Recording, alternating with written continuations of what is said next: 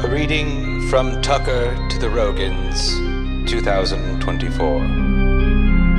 In general, no, they can't control these objects. So, no, it's not American technology.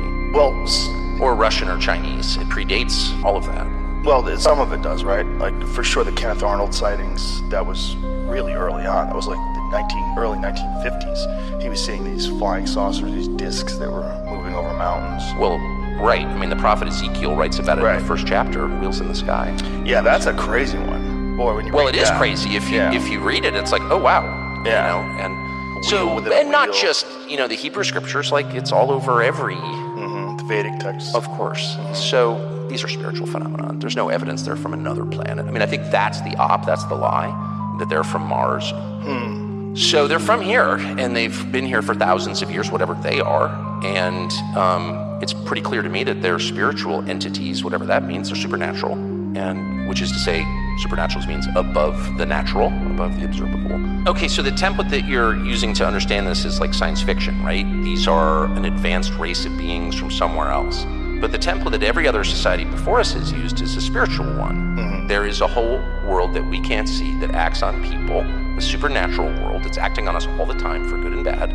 Every society has thought this before ours. In fact, every society in all recorded history has thought that until, I'll be specific, August 1945, when we dropped the atom bombs on Hiroshima and Nagasaki, and all of a sudden the West is just officially secular. We're God. There is no God but us.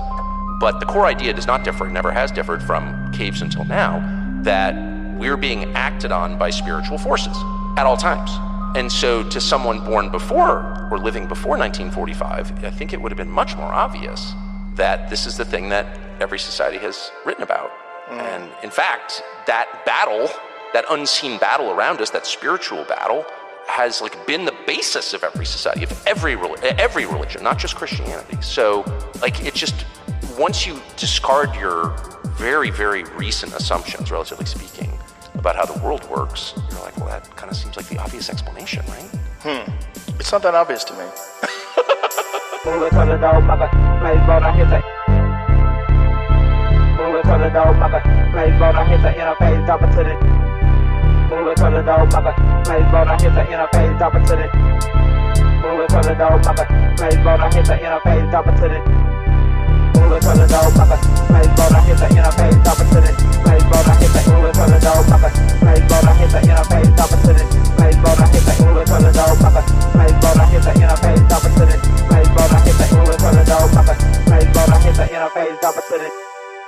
I'm Fritz McLinden, and this is The State Between Us. In Chapter 1 of Revenge of the WASP, I argued that Tucker Carlson has positioned himself as a key man in the post-Trump right in the United States. He represents a growing cadre of losers who see themselves as returning American institutions into the hands of what they imagine to be a white Anglo-Saxon Protestant elite, and failing to do so, will find no other path before them but revenge. I warned against regular OK people seeing Tucker as being, quote, on their side since his public turn against Israel, and suggested that his motivations stem from the same roots as an older, very waspy version of magical anti-Semitism called Christian identity, and its amazingly racist notion of the serpent seed line. Now, in Chapter 2, we'll focus on the perennial issues of UFOs, or UAPs, or whatever you want to call them, flying saucers, alien visitations, that kind of thing, that Tucker has taken on alongside Vice President J.D. Vance, and their insistence that these alleged visitations are spiritual phenomena, representing ethereal forces of good and evil. Well, okay, to be fair, we're not spending all that much time on the UFOs themselves, but we are instead exposing the foundations for what is often called UFO religion. I will show how Tucker and J.D. Vance's beliefs betray their alignment to woo-woo obsessed networks of WASP power extending deep into a history of panicked responses to their ever-weakening authority and loss of position in the institutions that the WASP elite once believed were their own. We're going to be talking religious sects, early militias, maybe 2 or 3 theosophies, depending on how you count. We're bringing in a little bit of Hitler worshippers. We're talking about lost continents, ghosts, angels, demons, and shape-shifting reptoids. And boy howdy, We're going to be talking about some UFOs towards the end there. And in doing so, I hope to uncover the old weird WASP networks of power that J.D. Vance and Tucker Carlson, along with many others, are calling back to today. In short, despite UFOlogy claiming to be a popular front at war with a shadowy elite for the truth, the very belief in extraterrestrial visitation is probably one of the most elitist, whiteiest, and fash-coded beliefs that one could take on today. And I say this with the humblest apologies to my friends and listeners who approach this field with genuine curiosity and who enjoy the spark of imagination and wonder that UFOlogy brings them. I'm reminded, though, of Marx's famous but misunderstood statement on religion under capitalism. Religion is the opium of the people. It is the sigh of the oppressed creature, the heart of a heartless world, and the soul of our soulless conditions. I understand, and I agree, that UFOs and spiritual visitations and magic and lost continents are all really cool, and I love them too. I love them. I freely borrow from these often very problematic lore bases for my own TTRPG games and stuff like that. Of course, I add little twists and whatnot, but in loving them, I think we got to get a lot choosier about what kinds of people we are feeding with our attention and avoid turning our fancy into reality-denying fetish. My fear is that the tree of beliefs that we are covering today will be a powerful wedge for the post-MAGA American fascism already thundering on the horizon. And my hope is that learning about the seed that planted it will keep us from getting lost up in its crazy canopy. But to those in socialist and anarchist and communist and anti-fascist spaces that have pretenses to revolution or the overcoming of these great old powers and relations, but still insist on parroting fashy, conspira-brained, anti-science takes and promoting this, what I'm arguing today is the remnants of a WASP elite spirituality, I have much less grace for those types. It's time to maybe move on or to come to terms with the fact that you are comfortable on the opposite side of history than you've been claiming. And this history, my friends, is a long one. Part 1. Manny, the first astronaut of the 18th century. UFOs have never been a scientific problem. Not really. They've always been a spiritual one. In the mid-18th century, a wealthy Swedish Borg named Swedenborg was visited by one Jesus H. Christ. Jeezy granted Emanuel Swedenborg the power to visit heaven and hell, but more than that, he unlocked the mystic powers of Manny's brain, allowing him to psychically commune with all the inhabitants of the solar system with a technique that is really no different than what people today call astral traveling, an important method in the 20th century ufology mythos. Swedenborg visited Jupiter, communed with the philosophical and a little judgy inhabitants of Saturn, and he traded philosophy with moonmen and Martians.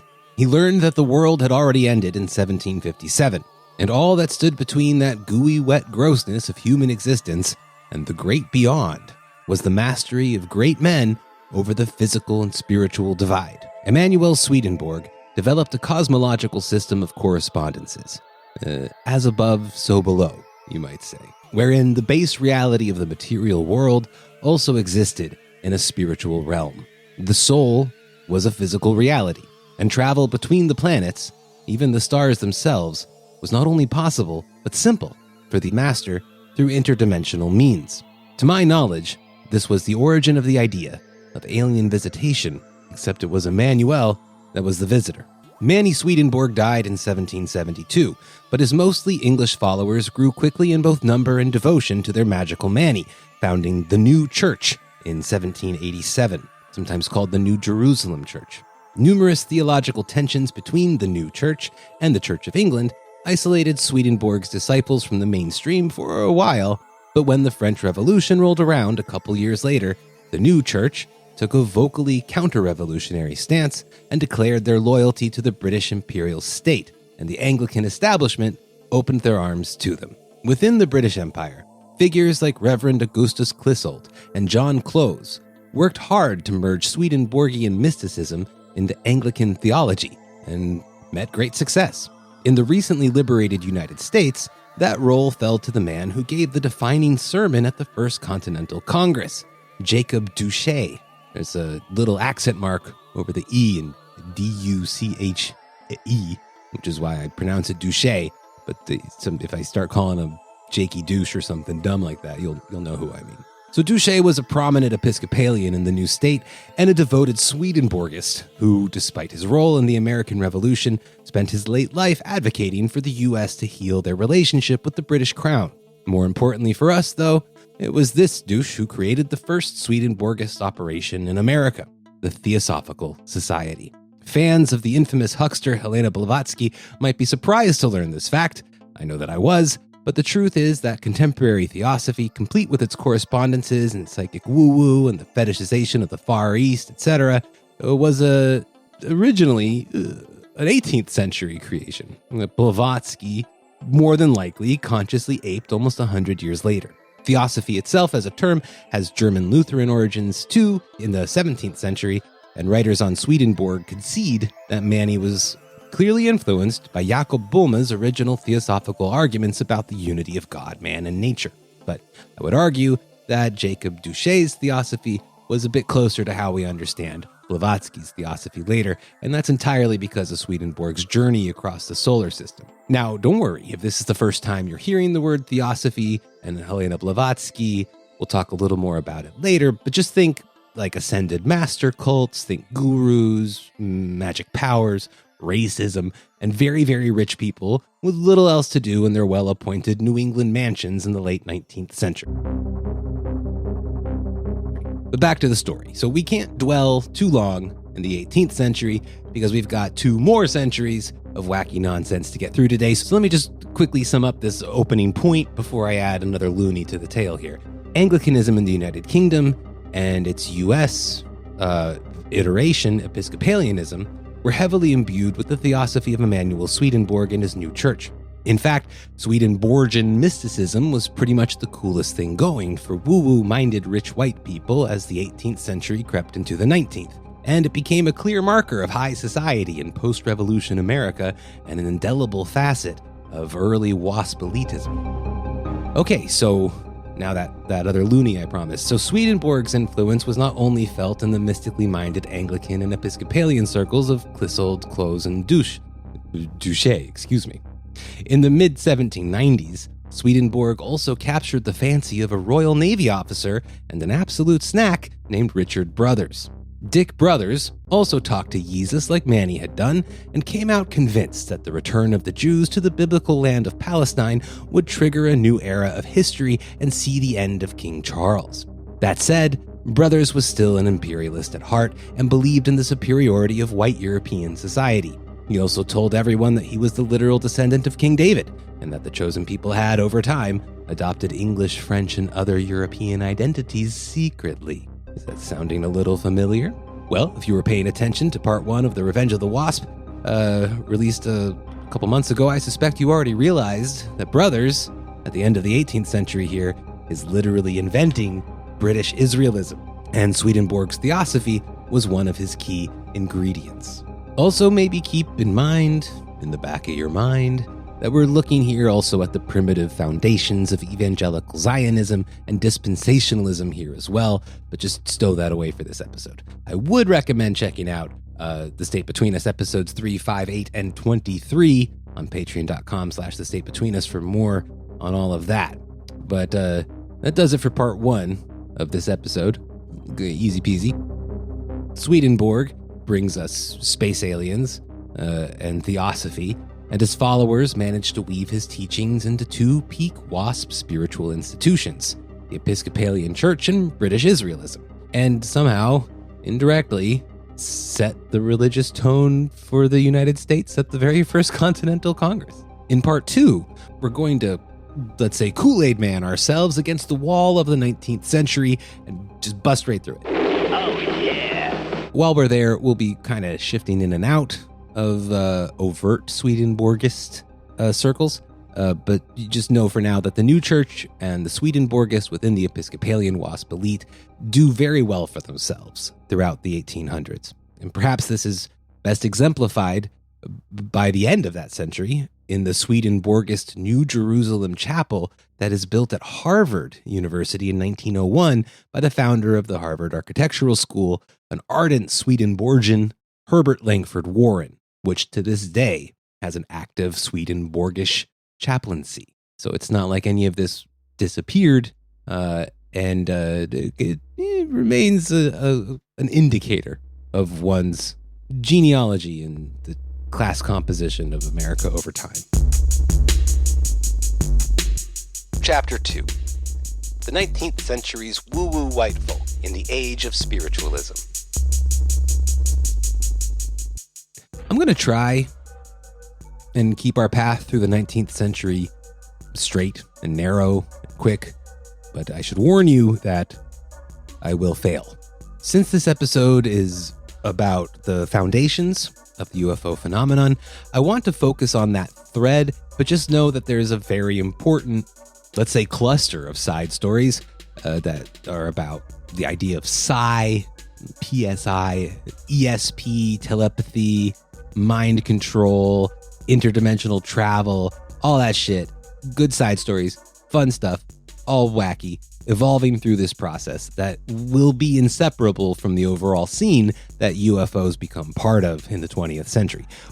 We'll talk about a lot of that in this episode, but there's just so much gold in those hills. We can't carry it all in one trip, so we're going to be leaving a lot of the story behind, but I promise you we'll pick it up at a future date. It's too good. So today we're basically skipping the first half of the 19th century of WASP eliteness and the growth of the Swedenborgist New Church to get right into the 1840s.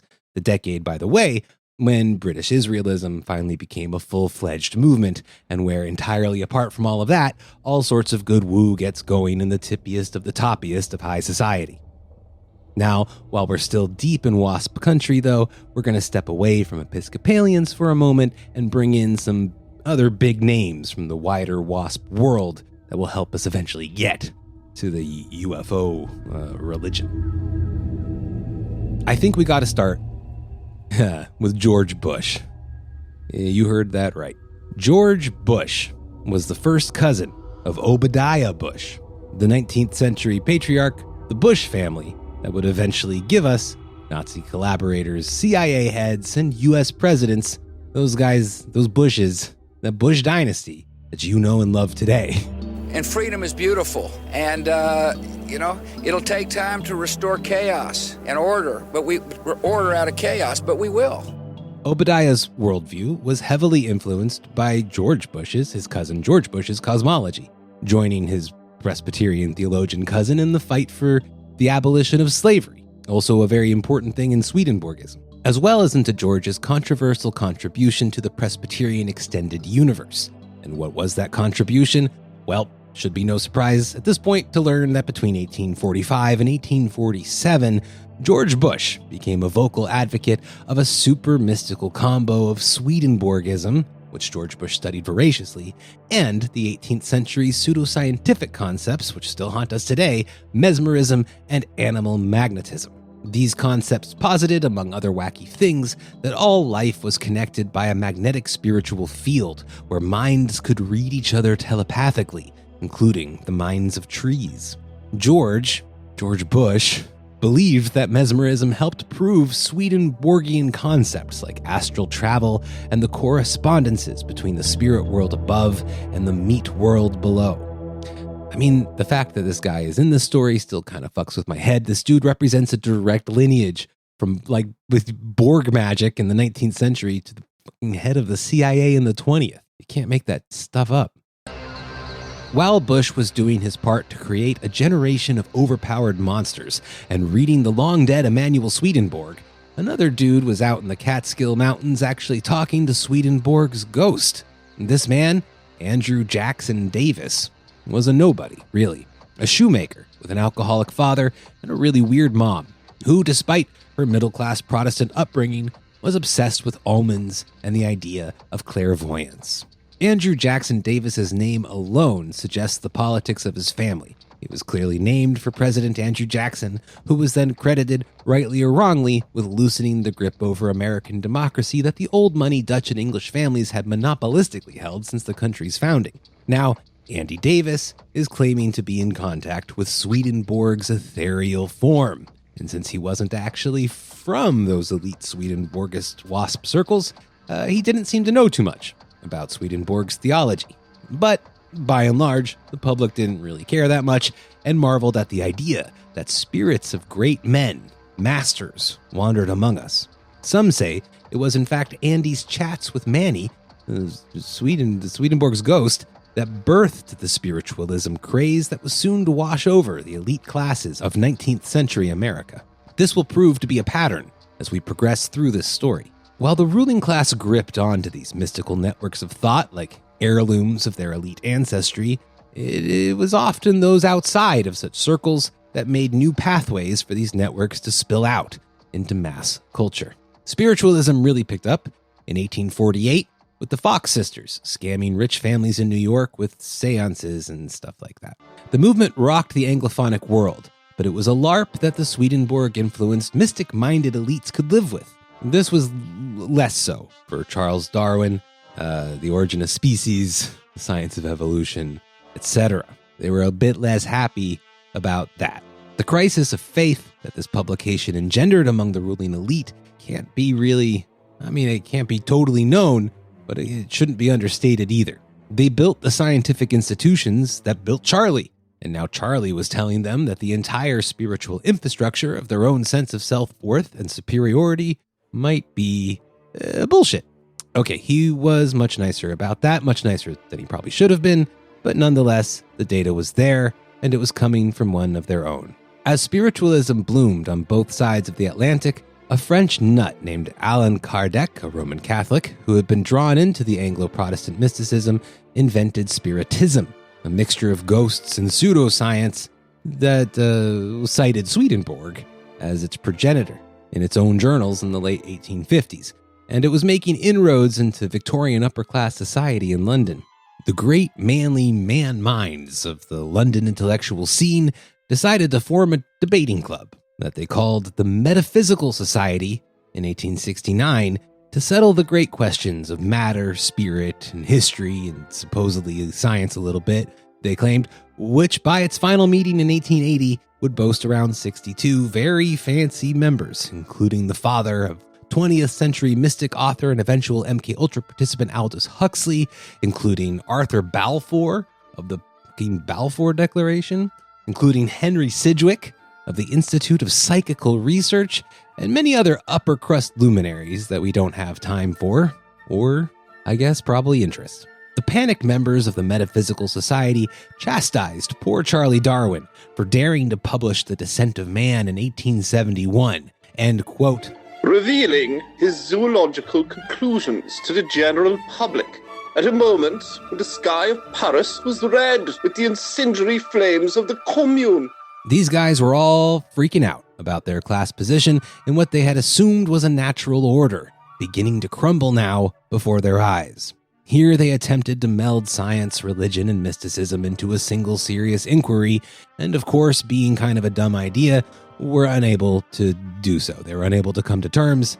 Everybody just got entrenched in their own things, whatever. It's as you would expect. But despite this fact, that climate of tension between science and mysticism, let's say, gave birth to some pretty important elements in what would become UFO-ology in the next century. Which brings me, briefly, to the Gregg family, and I think, broadly speaking, the first generation of modern space-bound science fiction. William Rathbone Gregg was born into English cotton money, his dad having owned a key mill in Cheshire and enjoyed an elite education in Edinburgh, although he was never able to break out in the industry as his own man. He was a rabid elitist, believed that women were, quote, redundant in society, and despised the unwashed masses for their ignorance about high-minded abstract concepts. He distrusted democracy and was really, really racist. He joined the elite Metaphysical Society in 1871, writing a critique of Darwin's Descent of Man, in which he allows Darwin the legitimacy of evolutionary theory in general, but urges Charlie to accept Billy Gregg's idea that evolution stops with man.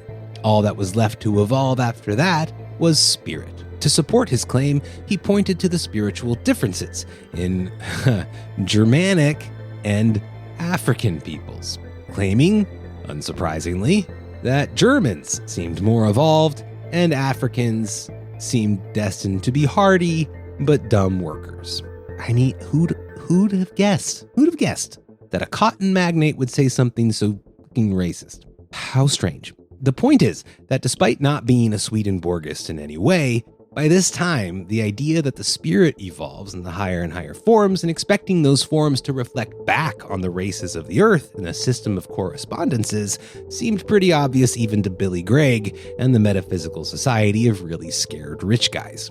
So, of course, I mentioned sci-fi. Well, Billy Gregg had a kid named Percy Gregg, very much his father's son. As Reconstruction was being killed in its crib after the American Civil War, Percy liked to write about how chattel slavery totally ruled, and that the original KKK were civilizational heroes who fought the good fight. He also liked to write some of the earliest space-based science fiction. Percy Gregg invented the concept of apergy, which was the first known word for the concept of anti-gravity, a fake engineering magic that allows ships to just flit around without any worry about the realities of gravity.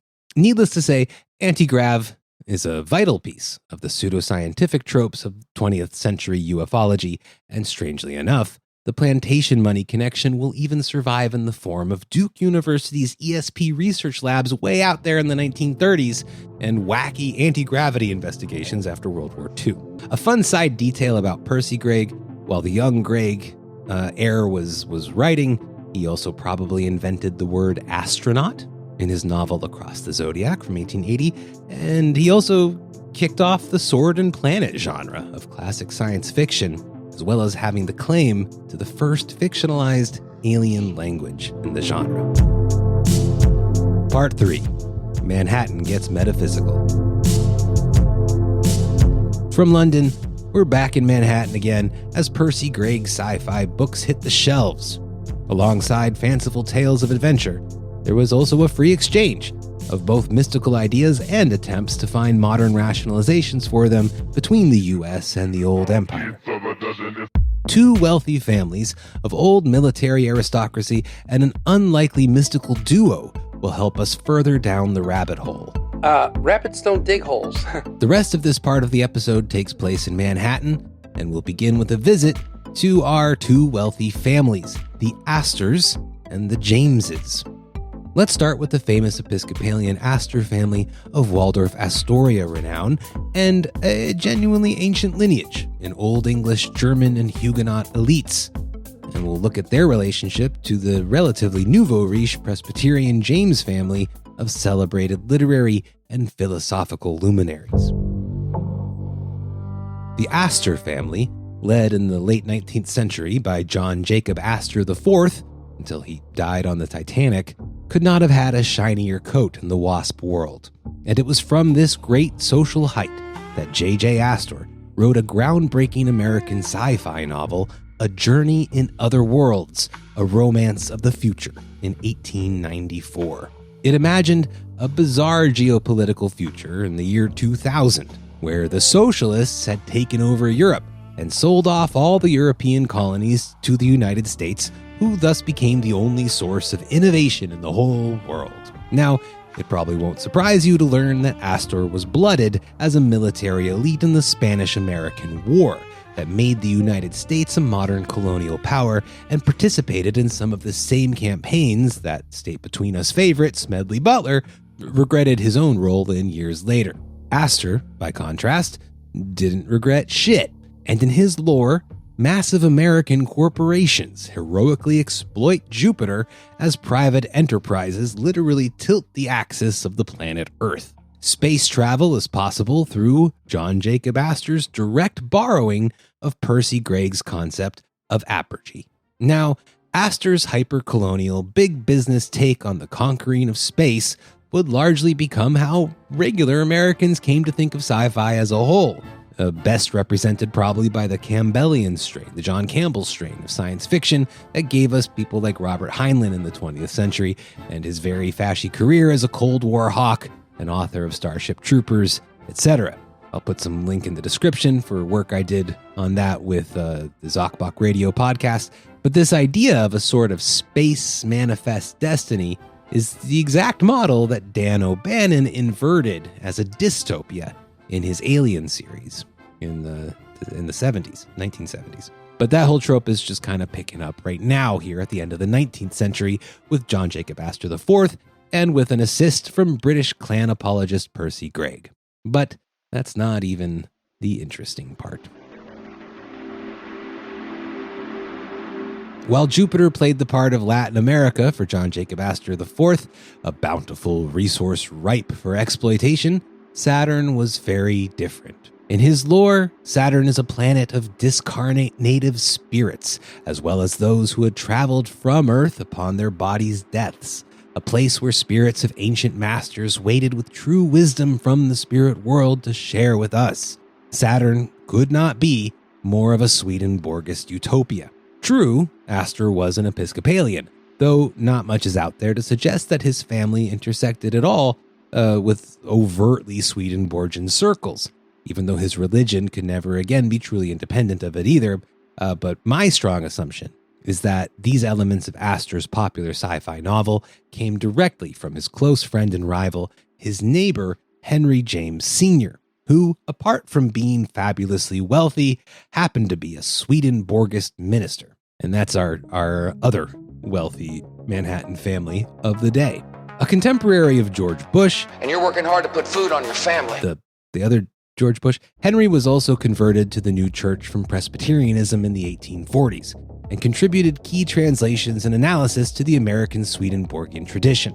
Henry James Sr.'s youngest son was born in the luxury of an Astor hotel. Henry named him William and raised him to be a devout Swedenborgian. Many of you hearing this now might be familiar with William James, especially those of you coming from the study of philosophy or psychology, as William is still today considered by many both to be the father of American psychology and the first American philosopher. Though not as many people know that a large part of James's motivation for undertaking American psychology was to unlock people's latent psychic potential. James's influence on American common culture is probably incalculable, but it is very Swedenborgy. We don't need to get too in-depth with William James's sort of cultural contributions to American woo-woo right now. That's the sort of thing that a lore dump about Project Stargate would probably need. But for our purposes, which, just to remind you, is simply establishing that UFO-ology is an original branch of WASP identity and power, it is enough to know that James's fame and celebrity made him a central node for the passage of increasingly strange ideas into the WASP mainstream, which will have a major impact on UFO culture in the next century. Specifically, I'm referring to the return of Theosophy to the WASP Swedenborgian world, which moves us now from the wealthy family part of this chapter to the unlikely mystical duo part of this chapter. William James joined the infamous New York-based Theosophical Society of Russian huckster Helena Blavatsky and Civil War veteran and all-around weird guy Henry Steele Olcott in 1882.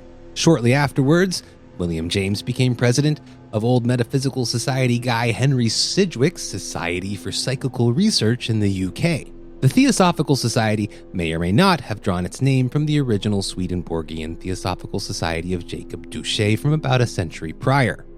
Blavatsky dubiously claims it was randomly drawn from a dictionary, but scholars do note that Olcott and Blavatsky were well read in Swedenborgianism, so I still kinda think they borrowed it from Duché, to be honest. Blavatsky herself quoted Swedenborg often and at length in her 1877 book, Isis Unveiled, calling him a, quote, natural-born magician, and accepting his belief that the ages of the old church had passed, and that the new church must find itself in what they fetishized as the ancient wisdom of the Far East. We prefer decidedly to take the word of Swedenborg that the ancient world is somewhere in China or the Great Tartary. Apart from appropriating colonized people's traditions and symbols from their swanky digs in Manhattan, the Theosophical Society went all in on the idea of super ancient advanced civilizations, and in their search for the mythical Pacific counterpart to Atlantis called Lemuria, they would repeat the path of Andrew Jackson Davis meeting Swedenborg in the Catskills and seek out departed ascended masters in the northwest of the United States, specifically on Mount Shasta. The Theosophical septenary system of energy rays was entirely based on Swedenborgish chats that Blavatsky was having with the alien lords of Venus. I mean, it's colorful stuff, but you can't really call it unique. It certainly helped that the eminent Swedenborgist William James was legitimizing their woo-woo in both academic institutions and wider society. Theosophy, with its obsession over ancient, lost, possibly psychic civilizations within the hollow earth, as well as their popularization of the ascended master tradition, was poised to become the spiritual basis of some of the most fucked up elements of fascist lore and the near future foundations of UFO lore, especially the good old ancient aliens thesis. All thanks to a bunch of Swedenborgers and a cast of super elite WASP suckers with very active imaginations. I'll tie this together more tightly for you when we break into the 20th century now, but I hope at the very least I've given you a sense of the genealogical consistency behind the most important building blocks from which UFO culture would soon be constructed. Remember that UFO-ology has never been, and kind of can never be, a science. It is a religion, and religions are, as I've pointed out in the last episode of Revenge of the WASP, not merely beliefs, but networks of believers that are traceable through time. We have not just been looking at the transmission of these building blocks in history, but also to the meat space of those transmitters themselves. Which takes us now to part 4. The 20th century's conspiracy of conspiracies. The influence of Theosophy on the woo-woo militant right wing of American society should not be overstated. Not to mention even what it did to the actual Nazis in Germany. That's a totally different story. The key players that would carry the bulk of the early weight of post-World War II ufology would largely come out of the interwar fascist militia movement in the US and the new dispensationalist and Christian identity scenes, both of which were themselves extensions of high-class WASP fuckery of ages past. We're not going to get to those today. I'm just trying to show you the WASP spiritual origins of UFOs here, and we'll leave the big Amerifash stories for some other time. If you're finding yourself a bit confused about Theosophy still, it's a very popular topic. For our purposes, Blavatsky and Olcott's version of Theosophy just functions as a meeting point of multiple borrowed traditions.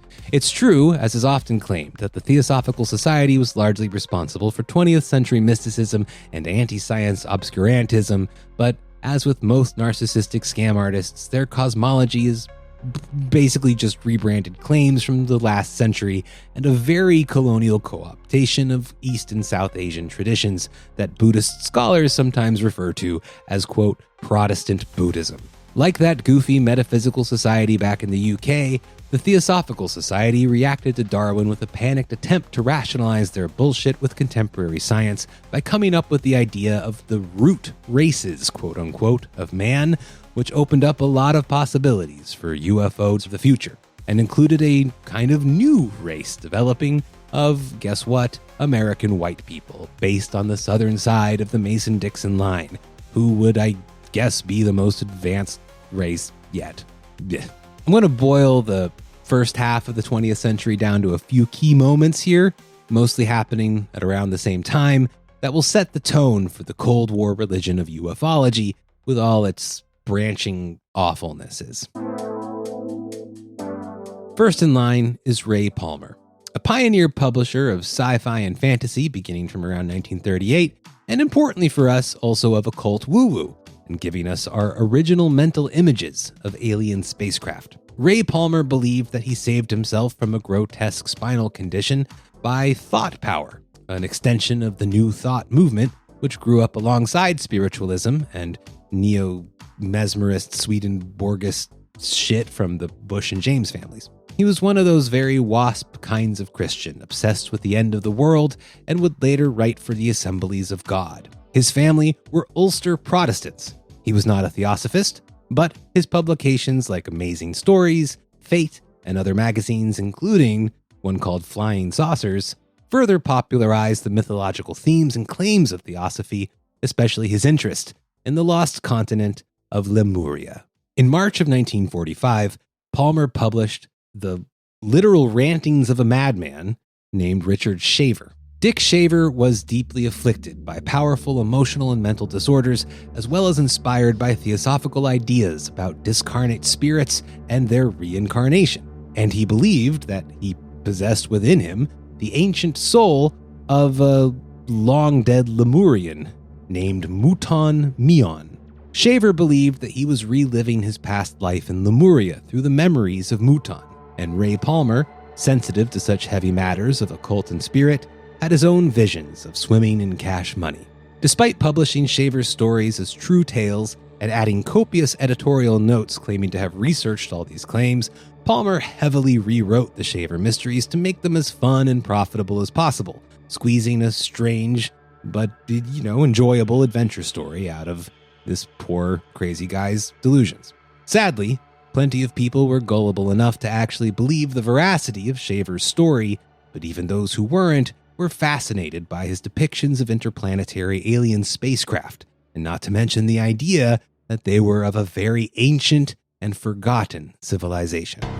Palmer capitalized on this new need for extraterrestrial spacecraft and ancient aliens by tailoring Shaver's ongoing rantings to his readers' desires. Within only a couple of years, these ideas had leaked into mainstream American culture, though they had yet to become a full-on lunatic craze. That would all change in June of 1947. A rancher in the wider Roswell area of New Mexico, near the Alamogordo Army Airfield, found the busted-up remains one day of a spy balloon on his property. This balloon was a casualty of Project Mogul, a secret attempt to use high-altitude balloons to detect Soviet nuclear tests.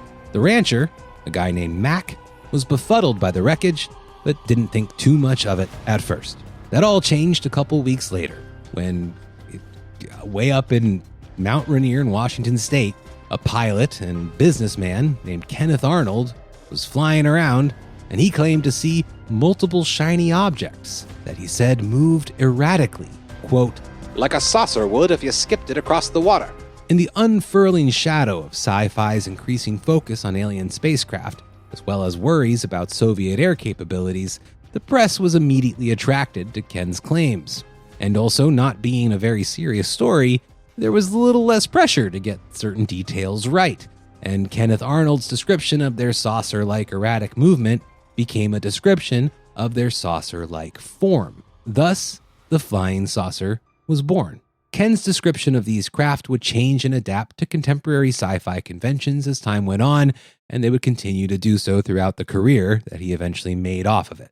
So back in New Mexico, at the beginning of July, our rancher Mac visits a buddy who suggests to him that it might be one of those things that Ken Arnold saw, one of those flying saucers, and he should probably tell the news. Apparently, Mac did that, but he also had the patriotic fortitude to call up the Roswell Army Airfield, who worried that press accounts might tip the hand of Project Mogul to the KGB. Public Information Officer, that is to say Air Force spin guy, one Walter Haut, visited Mac's ranch and listened to Mac suggest that it might have been one of Ken Arnold's flying saucers. And Walter Haut, right away, drops a press release saying that he had recovered debris from a, quote, flying disc. Now, calling this a disc was a pretty bold move, considering that what they had in front of them was a literal pile of tin foil, rubber bits, sticky tape, and wood. But the rest, as they say, is history. This half-assed cover-up of a short-lived spy balloon program, combined with Ken Arnold's ever-mutating report on his flying objects and the popular Shaver stories that Ray Palmer was cashing in on, produced a mass obsession with flying saucers from other worlds that would soon be renamed UFOs, unidentified flying objects. It is worth noting here that there has always been a tension between the mechanical idea of UFOs and the spiritual one, but they share common origins. From the very first publication of Ken Arnold's story, an entire branch of ufology was born that believed his sightings to be either angelic or demonic visitations. I don't think they're aliens. I think they're demons anyway, but that's a longer discussion. We will have to do a follow-up episode on patreon.com/thestateBetweenus in the near future that spends more time on the very strong fascist connection to UFO beliefs and all the varieties of it. But for now, let's just talk about some of the key players at the beginning of that cultural process. So the Great Depression in the United States created a lot of depression, desperate and spiritually vulnerable people who were made into easy meals for the gathering wolves of the 20th century. In previous episodes, I've discussed the growth of dispensationalist evangelical movements in this time and their ties to very evil, scammy freaks and their KKK affiliates. It was a time when the, quote, power of positive thinking became a key tactic for predators from Christian Science and the New Thought movement. Building from the strands of Christian mysticism that we've been discussing, absolute pieces of shit like Claude Doggins, William Dudley Pelley, and Guy Ballard managed to pull together deeply racist and conspiratorial cults from elements of Swedenborgism, theosophy, mesmerism, animal magnetism, and spiritualism.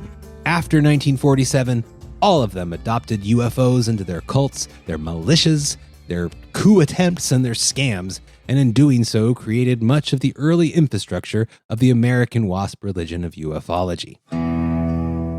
Claude Doggins, better known by his scam artist name Maurice Doreal, claimed to have revealed ancient emerald tablets in a pyramid at Giza in 1925. Borrowing heavily from Conan the Barbarian creator Robert E. Howard's King Kull storyline, again, that's fantasy writing, Doggins essentially invented the shape-shifting reptilian alien. Michael Barkun notes that Doggins' reptilians bear a strong resemblance to the serpent seedline narrative of the still-developing Christian identity movement at that time of anti-black WASP revanchists that we saw in the last episode of Revenge of the Wasp. This is, of course, no accident. Doggins himself actually wrote a book at the beginning of 1940 that was called The 10 Lost Tribes of Israel. Ironically, the word Jew, do you know what it means? It comes from Judah. Of Judah. Right. So who Which are the is 11? One of 12 tribes. Yeah, who are the 11? There's so many muddled terms here that's so ironic to me. But that is kind of burying the headline. In the early 1930s, Doggins created the Brotherhood of the White Temple in Colorado, based on his experiences in the Neo-Theosophical movement. He claimed to have met the ascended master spirits of a pair of Atlanteans, who were for some reason on the Pacific coast of Mount Shasta, Pacificans, who taught him about the lost races and civilizations hidden deep below the hollow earth. Among them were the aforementioned reptilians, the reptoids that he stole from the Conan the Barbarian series, whom he concluded were in fact extraterrestrial beings aligned with the Antichrist, and who were now secretly running the Soviet Union and using communism as their dastardly wedge for world domination. Needless to say, the birth of the UFO at the end of World War II and Cold War paranoia and religious fervor kept his hustle alive and relevant until he died in 1963. Also skulking around Mount Shasta in 1930 was Doggins' most successful contemporary, Guy Ballard, of the still surviving I Am movement, or I Am activity movement. This was either the first or among the first offshoot cults from Theosophy in the 20th century, originally based out of a Presbyterian church. Guy Ballard and his wife Edna met the long-dead Saint Germain up on that same mountain, Mount Shasta, guided by the same theosophical blueprint as Doggins, and this ascended master spirit told the Ballards that, surprise, surprise, communism was the greatest evil in the world, and what was needed was essentially a Christian fascist coup to take the state and run it as a Christian mystical theocracy. He also met a bunch of Venusians, people from Venus, who had more or less the same message and some fun updates to Theosophy. Ballard sold countless books to his gullible followers in the I Am movement, promising all sorts of crazy bunk about eternal life and reincarnation, even convincing his devotees to murder their own pets to release the trapped human spirits inside of them. Although Ballard died before the UFO craze really began, his I Am movement and its offshoots were quick to incorporate UFO-ology into their crypto-fascist cult. no doubt feeling that the phenomena lent further credibility to their founders' claim to have hung out with Venusians. In case I hadn't mentioned it before, it's important to know that this Venusian thing is very much part of the Blavatsky Theosophy tradition. Both Doggins' White Temple and the Ballards' I Am Activity cult were further influenced by the mystical Christian fascism of William Dudley Pelley, founder of the Silver Shirts and early contributor to right-wing militia movements. Bill Pelley, as a younger man, was part of the American imperial spy network of missionaries in China, like his contemporary John Birch, actually, before becoming a short story author and a screenwriter. Pelley met his own, quote, mentor spirits a couple years before Doggins and the Ballards, back in 1928, in a purple ether in the Pacific Northwest. Pelley, struggling to break out in the film industry, despite having authored a couple of decent productions, kind of made this his new thing. Pelley did also believe that his failures in the, quote, flesh pots of Hollywood were due to a Jewish conspiracy that had infected America. To make a long story very, very short, and I would say possibly straining the boundaries of accuracy, a higher dimensional mentor spirit of Jesus basically told Pelley after Hitler's rise to power that Hitler was an ascended master and Pelley is just the Hitler of the US and he should really go for it. But when we refer to the Christian Commonwealth, what is the connotation? I can put it in 20 words for you. We are talking about both a cultural and economic state where the high ethical principles and precepts of the Christ are established politically. From his base in North Carolina, Pelley, with Jesus' blessing, declared himself the Führer and launched an unsuccessful presidential run. Like the Ballards and Doggins, Pelley was vicious in his contempt for FDR and the New Deal, which of course he saw as a Judeo-Bolshevik conspiracy to replace WASP rule in the US. The people who built National Cathedral on the highest point in Washington, D.C., one of the most beautiful buildings in the United States, were Episcopalians. And now it's populated by people who share almost nothing in common with the people who built it. Power is the ability to restore order. While the I Am movement was a huge fan of Pelley's and adopted much of his openly Nazi spiritualism, Pelley's fascist zealotry and theatrics put a big spotlight on his activities, and as the true scamminess of his, quote, Christian economics school was exposed, Pelley found himself in prison several times for a mix of scams and charges of sedition. When he finally got out in 1950, he immediately started a new hustle he called Soulcraft, a mix of self-help bullshit and UFO worship that once again found itself mixed in with the post-Ballard I Am cult of the time. So that's just a sampling, really, of how this kind of old elite WASP network around Swedenborgism and spiritualism, theosophy, etc., built the basic foundations for contemporary UFO culture in America. So now I'm going to offer, I guess, what is a half conclusion for a half of a story. From its very inception, UFO-ology was a spiritual phenomenon. An offhanded cover story by a lazy Air Force press wrangler instantly found itself connected to the developing mythos of WASP mysticism. No longer a discrete indicator of old money status or elite networks, Swedenborg-derived Christian occultism finally broke through the class dam exactly as these woo-woo networks of white wealth were being replaced by much more diverse populations of managers in post-war America, and also scholars and academics, etc., etc. Their institutions had slipped away. This was a powerful moment for those dangling just outside of those networks of old moneyed power, but who still wanted to be identified with that lineage. UFOs became a way for them to push their ideas of ascended guru guys, magic thought powers, spirits, racial separatism, and anti-science confusion into a very modern format.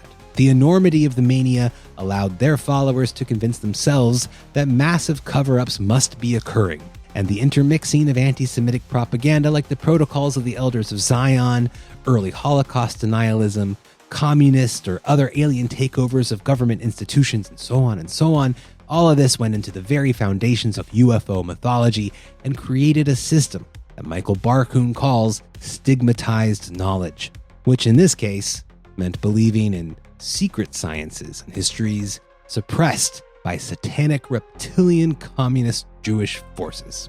Tucker and Vance have positioned themselves as the new hucksters of this great conspiracy against their beloved WASPness. And next time we return to the Revenge of the Wasp series, we'll examine the third and perhaps final pillar of their WASP revanchist politics, eugenics. Until then, keep your eye on the prize, and don't be fooled by the wackiness of their woo-woo. Fun as it is, it's also probably an omen of things to come for the likely inheritors of post-Trump American fascism, and links them to historical networks, or at least they would like it to link them to historical networks with mystically racist views of power and history and pretty terrible ideas about what to do with the rest of us. See you later. You better pray to the Lord when you see those flying saucers. It may be the coming of the judgment day. It's a sign, there's no doubt, of the trouble that's about. So I say, my friends, you'd better start to pray. They're a terrifying sight as they fly on day and night. It's a warning that we'd better mend our ways. You'd better pray to the Lord when you see those flying saucers. It may be the coming of the judgment.